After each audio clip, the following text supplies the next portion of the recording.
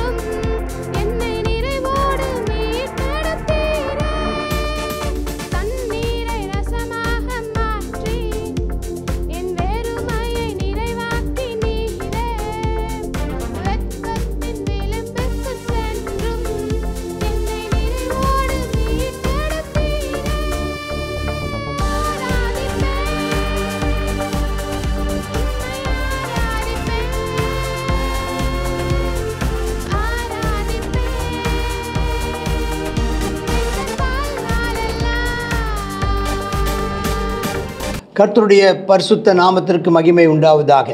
நீதிமொழிகள் சங்கீதம் முடிச்சிட்டோம். இப்போ நீதிமொழிகள் போகிறோம். ரொம்ப ரொம்ப அழகாக இருக்கும் நீதிமொழிகள். சங்கீதம் நம்முடைய உணர்வுகளை சொல்லுகிறது. சங்கீதம் நம்முடைய உணர்வுகள், தேவனோடு உள்ளதான நம்முடைய உள்ளான நிலையில் உள்ள சொல்கிறாங்க. பல விஷயங்களை நாம் அதில் பார்த்தோம். அதில் முழு வேதாகம சத்தியங்களும் இருக்கிறத நம்ம பார்க்குறோம். முழு வேதாகம ஆலோசனைகளும் அங்கே இருக்கிறத பார்க்குறோம். ரொம்ப ஆச்சரியமான விஷயத்தை நம்ம பார்க்குறோம். மோசே எழுதின சங்கீதமும் அங்கே இருக்குது. பின்னால் எசேக்கியேல் ராஜா உயர்த்தெழுதினதான சங்கீதங்கள் இருக்குது. பின் நாட்களில் வந்ததான சங்கீதங்களும் அதில் சேர்க்கப்பட்டிருக்கிறத நம்ம பார்க்குறோம். சரி, இப்போ அந்த தாவீதின் குமாரனாகிய இஸ்ரவேலின் ராஜாவாகிய சாலமோனின் நீதிமொழிகள், இது ரொம்ப அருமையான நீதிமொழிகள்னு சொன்னால் பழமொழிகள்னு இன்னொரு வார்த்தை. இன்னொன்று நீதிமொழிகள்னு சொன்னால் அதாவது நீதியான வார்த்தைகள். அது ஞானத்தை குறித்தும், அந்த ஞானத்தை உணர்ந்து அந்த ஞானமும் விவேகமும் அப்படின்னு சொன்னால் ஞானமும் ஒவ்வொன்று எப்படி நடந்து கொள்ளணும், வித்தியாசப்படுத்தி எது சரி எது தப்புன்னு சொல்லி ஒன்று தெரிந்து கொள்ளும், சரியான தீர்மானம் எடுக்கவும், சரியான காரண காரியங்களை ஆராயவும் தக்கதான இவைகளால் இந்த 2ஆம் வசனம் இவைகளால் ஞானம் அப்படிங்கிறது இயற்கையை குறித்தும் ஒரு விஷயம் இருக்கிறதை குறித்தும் அதனுடையதான சூழலை குறித்தும் அது இருக்கிற வண்ணமாகவே அதை நம்ம புரிந்து கொண்டு சரியான தீர்மானம் எடுக்கிறதுக்கு பேர் ஞானம்.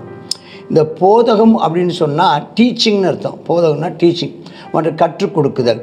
அது குறிப்பாக அது எதை குறிக்கிறதுனா, போதகம் சொன்னாலே அது நம்ம சீர்திருத்தலும் எச்சரிப்பும் ஒழுங்கு நடவடிக்கை எடுத்தலும், புத்திமதி, ஒழுங்காக இருக்கணும். புத்திமதினாவே எச்சரிப்பின் வார்த்தைகள் இருக்கும். அதில் சீர்திருத்துகிற வார்த்தைகள் அங்கே இருக்கும். அடுத்தது அதில் ஒழுக்க நீதி, ஒழுக்கத்தை பற்றி இருக்கும். அடுத்தது அண்டர்ஸ்டாண்டிங், உணர்வு, ஒன்றை புரிந்து கொள்ளுதல். அது என்னென்னா, ஒன்றை புரிந்து கொண்டு நல்லது எது கெட்டது எதுன்னு புரிந்து கொண்டு எது ஆரோக்கியமானது, எது ஆரோக்கியமற்றது, எது சத்தியம், எது பொய் இப்படிங்கிறத உணர்ந்து கொள்கிற ஒரு உணர்வு. அடுத்து பார்த்தா அது அந்த உணர்வு சொன்னால் அது விவேகம்ங்கிறது. விவேகம்தான் விவேகம், அண்டர்ஸ்டாண்ட், அது உணர்வு அப்படின்னு சொல்லி உணர்வுன்னு பார்க்குறோம். அடுத்தது வந்து ரைச்சஸ்னஸ், நீதிங்கிறத பார்க்குறோம். அப்போ விவேகம்ங்கிறது அதான், விவேகமாக நடந்துக்கோ, சூழ்நிலைக்கு தக்க விவேகமாக நடந்து கொள்ளுங்கள். அந்த விவேகத்தை வந்து அண்டர்ஸ்டாண்டிங் அப்படிங்கிற வார்த்தையும் நம்ம அதுக்கு பயன்படுத்தலாம். அப்போ உணர்ந்து கொள்ளுதல், புரிந்து கொள்ளுதல் அப்படின்னு. அதுக்கப்புறம் நீதிங்கிறது என்னென்னா சரியான நடத்தை,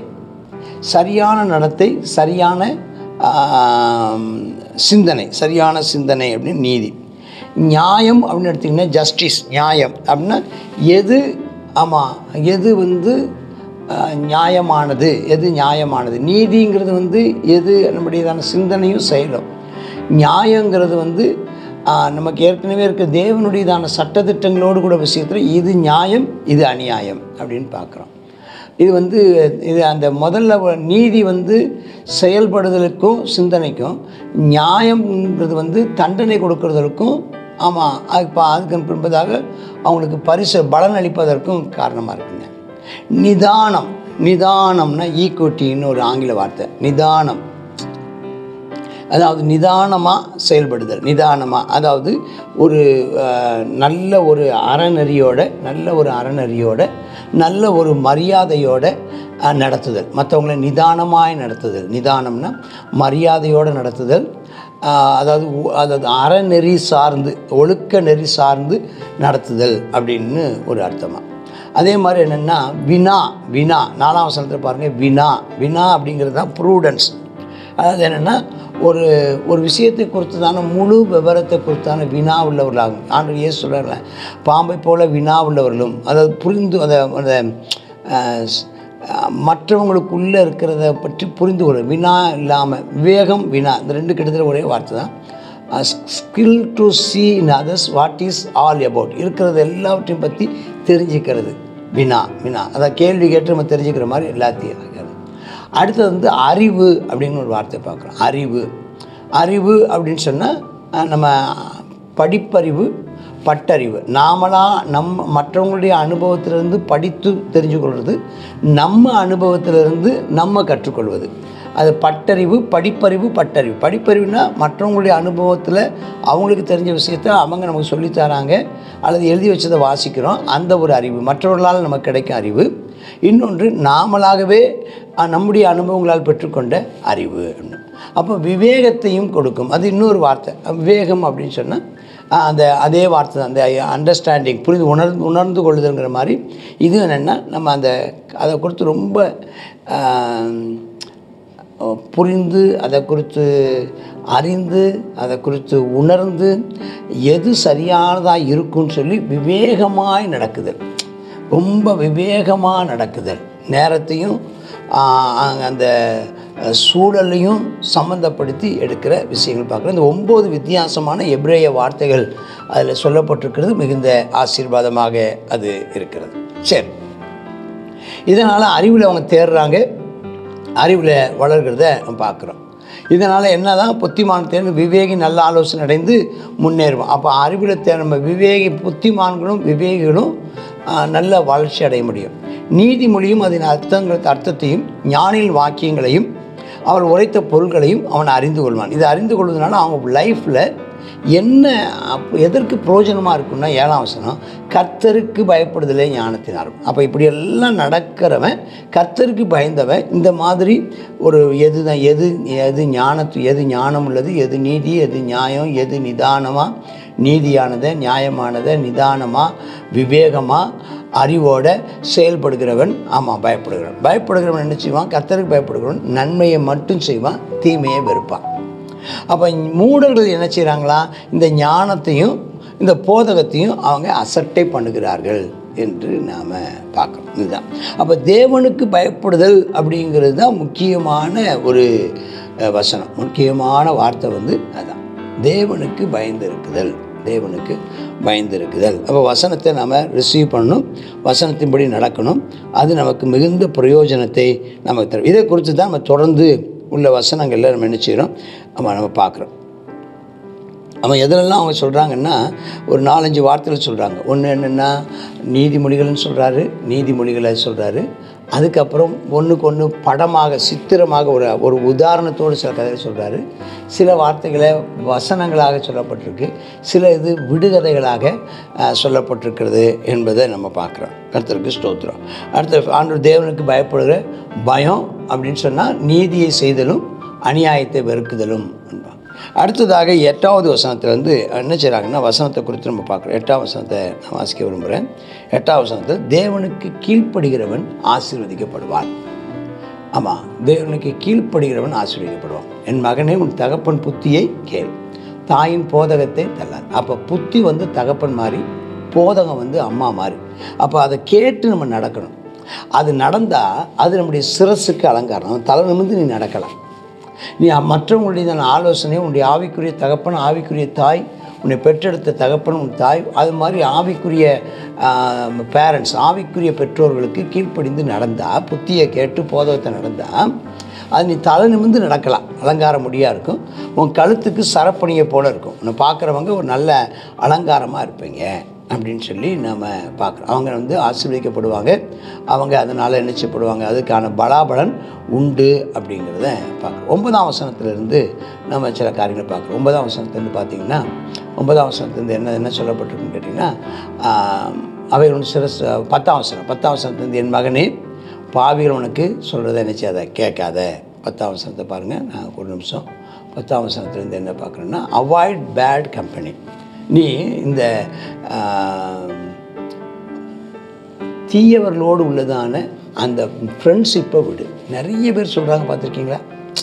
அவனுடைய கெட்ட சகவாசம், கூடாத நட்பு கேடாக முடியும். கெட்ட சகவாசம், நண்பர்களை தெரிந்தெடுத்து பழகு. உன் நண்பர்கள் உன்னை கெடுத்து போடுவாங்க. நண்பர்கள் உன்னை கட்டுகிற நண்பர்களும் உண்டு, உன்னை இடித்து போடுகிற நண்பர்களும் உண்டு. அதனால் சரியான நண்பர்களோடு கூட இரு. அதான் சொல்கிறேன், பேட் கம்பெனி வேண்டாம். மகனே, பாவியில் உனக்கு நயங்காட்டினால் நீ சம்மதிக்காத. அவங்க சொல்லுவாங்க, வா, ரத்தம் சிந்தும்படி நாம் பதிவிருப்போம், குற்றமற்றிருக்கிறவர்களை முகாந்திரம் பிடிக்கும்படி ஒழித்திருப்போம். அதாவது எளிதாக ஏமாற்ற இப்படி இருக்குன்னே ஒரு கூட்டம் அலையுது, ஒரு கூட்டமே அலையுது. குற்றமற்றிருக்கிறவர்களை, ஆமாம், குற்றம் இல்லாதவங்களை இது பண்ணுற மாதிரி அவங்கள இந்த வெகுளியாக இருக்கிறவங்க, இறக்க குணம் உள்ளவங்க, அதாவது ரொம்ப எதையும் நம்புகிற ஏமாளிகளாக இருக்கிறவங்க, அவங்கள ஏமாத்துறதுக்குன்னே ஒரு கூட்டம் இருக்குது. அவங்க என்ன செய்வாங்கன்னா, கொள்ளையினாலே நிரப்போம், வீடுகளை நிரப்போன்னு சொல்லி திருடர்கள் அவங்க. அவங்க வந்து கள்ளர்கள். அவங்க நம்மெல்லாம் ஒரே பை இருப்போம்னு சொல்லுவாங்க. வா அப்படின்னா, நீ அவங்களோட 15ஆம் வசனம், நீ அவங்களோட போகாத, அவங்க வழி நடக்காத, அவங்க பாதைக்கு நீ விளக்கு, அவங்க கால் தீங்கு செய்யும், தேவைப்பட்டால் ரத்தம் கூட சிந்துவாங்க. அதனால் வேண்டவே வேண்டாம், நீ போகாத. எவ்வகையான பட்சியானாலும் சரி, கண்களுக்கு முன்பாக வலையை விரிப்பது விருதா. அதனால் உன்னை வந்து அவங்க வந்து நீ வலையில் விரித்தா நீ கண்டுபிடிச்சிருவேன். அவங்க எப்படி உனக்கு தெரியாமல் தான் வலை விரிப்பாங்க. நீ எச்சரிக்கையாக இராதபடிக்கு, எப்படி ஒரு பறவையை பிடிப்பதற்கு பறவைக்கே தெரியாமல் வலை விரித்து அதில் ஒரு இறையை போட்டு அதை ஏமாத்துறாங்களோ, அதே மாதிரி உன்னையும் ஏமாற்றிடுவாங்க. நீ ஜாக்கிரதையாக இரு. இவங்க வந்து நல்லா பேசினாலும் இவங்க தங்கள் இரத்தத்துக்கே பதிவிருக்கிறாங்க, தங்கள் பிராணிக்கே ஒளி வச்சுருக்கிறாங்க. நீ அவங்கள நம்பவே நம்பாத. அதனால் அவங்களுடையதான எண்ணமெல்லாம் என்னன்னு கேட்டிங்கன்னா, பொருளாசை உள்ள எல்லாருடைய வழியும் இதுவே, தன்னுடைய உயிரை வாங்க. இவங்க பிழைப்பை நடத்துகிறவங்க. எங்கேயாவது எவனை அடித்தாவது, எவனை கவுத்தியாவது, எவனை ஏமாற்றியாவது சம்பாதிக்கணும்னு நினைக்கிறவங்க. உருப்படியாக ஒரு நல்ல முறையில் சம்பாதிக்கிறவங்க இல்லை, குறுக்கு வழியில் சம்பாதிக்கணும்னு நினைக்கிறவங்க, சீக்கிரமாக பணம் சம்பாதிக்கணும்னு நினைக்கிறவங்க, கொஞ்சம் வேலை செஞ்சு நிறைய சம்பளம் வாங்கணும்னு நினைக்கிறவங்க. இதை நம்பி ஏமாந்துடாதீங்க. இவங்களை ஏமாந்துடுறாங்க. இந்த மாதிரி ஆட்களை குறித்து எச்சரிக்கையாக இருக்க கர்த்தர் உங்களுக்கு கிருபை பலனையும் ஆண்டவர் தந்தருவாராக. கர்த்தருக்கு ஸ்தோத்திரம். அப்போ 20வது வசனத்திலிருந்து பார்க்குறோம், இந்த பொல்லாதவர்களுடையதான அந்த சகவாசம் உனக்கு வேண்டாம், ஆனால் அதுக்கு பதிலாக ஞானம் உள்ளவர்களோடு கூட சேர்ந்து கொள்ள. அது ஞானம். அங்கே வந்து இங்கே ஒரு பெரிய கூட்டத்தை சொல்லாமல் ஒரே ஆளை பற்றி சொல்லப்பட்டிருக்கு. ஞானம்னா யாரை குறிக்குதுன்னா, இயேசுவை தான் குறிக்கிறது. இயேசுவே நமக்கு ஞானமும் நீதியும் மீட்புமானார். ஞானம் அது எங்கேருந்து கூப்பிடுதான்? வெளியே நின்று கூப்பிடுதான், வீதியில் சத்தம் விடுதான், சந்தடி உள்ள தெருக்களில் சந்தியில் முக்கணிக்கு தான், ஒளிமிகும் வாசல் இருக்குதா, பட்டணத்தின் வார்த்தை வசனம் சொல்லுதான். அதை பார்த்து என்ன சொல்லுதான், பேதைகளே நீங்கள் பேதமையை விரும்புவதும், நிந்தனைக்காரரே நீங்கள் நிந்தனையில் பிரியப்படுவதும், மதியினரே ஞானத்தை வெறுப்பது. யாரை 3 பேரை கூப்பிடுது. பேதைகள், அதாவது ஒன்றுமே தெரியாத பேதை. அடுத்தது நிந்தனையில் எப்போ பார்த்தாலும் யாராவது ஒருத்தர் குறை சொல்கிறதையே கேட்டுக்கிட்டு இருக்கிறவங்க, யார் சொன்னாலும் கேட்டுட்டு இருக்கிறவங்க. அப்புறம் மதியினர்கள், எவ்வளோ சொன்னாலும் புரிஞ்சிக்காதவங்க. இவங்களை பார்த்து சொல்கிறாங்க, எது வரைக்கும் அப்படி இருப்பீங்க, வாங்க என் கடிந்து கொள்ளுதலுக்கு திரும்புங்கள், என் கடிந்து கொள்ளுதலுக்கு திரும்புங்கள். அது ரொம்ப முக்கியமானது. கடிந்து கொள்ளுதலுக்கு திரும்புங்கள் அப்படின்னு பார்க்குறோம். கடிந்து கொள்ளுதலுக்கு திரும்புங்கள். நான் கூப்பிட்ட வசனம் பார்க்குறேன் 23. என் ஆவியை உங்களுக்கு அருளுவேன், என் வார்த்தைகளை உங்களுக்கு தெரிவிப்பேன். ஆண்டவருடைய ஆவியானவர் ஞானம் இப்போ பேசுது. ஞானம் சொல்லுது. ஞானம் அதாவது பரிசுத்த ஆவியானவர் வந்து ஸ்பிரிட் ஆஃப் விஸ்டம்.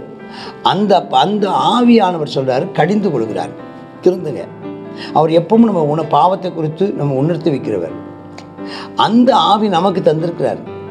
அவருடைய வார்த்தையை நம்ம தெரிவிக்கிறார். அவர் கூப்பிடுறார், சத்தமாக தான் பேசுகிறார் ஆண்டவர். ஆனால் நம்ம கேட்கறது இல்லை. அவர் கையை நீட்டி போகாத கையை அசைக்கிறார். யாரும் கண்டுக்கிறது இல்லை. ஆலோசனைலாம் தள்ளி கடிந்து கொள்ள வெறுக்கிறாங்க. ஆகையினால என்ன நடக்குது, உனக்கு ஆபத்து வந்தபோது நானும் பயப்படுவேன். நீங்கள் பயப்படும் காரியம் வரும்போது நான் ஆகடியம் பரியாசம் பண்ணுவேன். ஏன்னா நான் சொன்ன போது நீங்கள் என்ன செய்யலை, கேட்கலை. நான் கடிந்து கொண்ட போது கேட்கலை. நான் உங்களை உணர்த்தி வைத்த போது நீங்கள் உணர்த்தி வைக்கப்படலை. நான் உங்களை ஒழுங்குபடுத்தும் போது ஒழுங்குபடுத்தப்படலை. அதனால் உங்களை நீங்களே கெடுத்து கொண்டீங்க அப்படின்னு நம்ம பார்க்குறோம். அப்போ நீங்கள் பயப்படுற காரியம் என்ன செய்யும், புசல் போல் வரும். ஆபத்து சூறாவளி போல் உங்களுக்கு நேரிடும் போது, நெருக்கமும் இடுக்கமும் உங்கள் மேலே வரும்போது ஆகடியம் பண்ணுவேன். அப்போது நீங்கள் கூப்பிட்டாலும் நான் கேட்க மாட்டேன். நீங்கள் என்னை தேடினாலும் காண மாட்டீங்க. ஏன்னா அறிவை நீங்கள் வெறுத்தீங்க. இப்போ நீங்கள் தேடுறது நீ நல்ல வழிக்கு வரணும்னு இல்லை, நீ மாட்டிக்கிட்டதுனால, பிரச்சனையில் சிக்கி கொண்டதுனால, பிழைப்புக்காக என்னை தேடுறதே தவிர நீ ஸ்தோத்திரன் வார்த்தையின்படி நடப்பதற்காக அல்ல. அறிவை வெறுத்தாய், கர்த்தருக்கு பயப்படுதலை தெரிந்து கொள்ளாமல் போனாய், ஆலோசனை விரும்பலை, கடிந்து கொள்ள அசட்டை பண்ணுறேன்.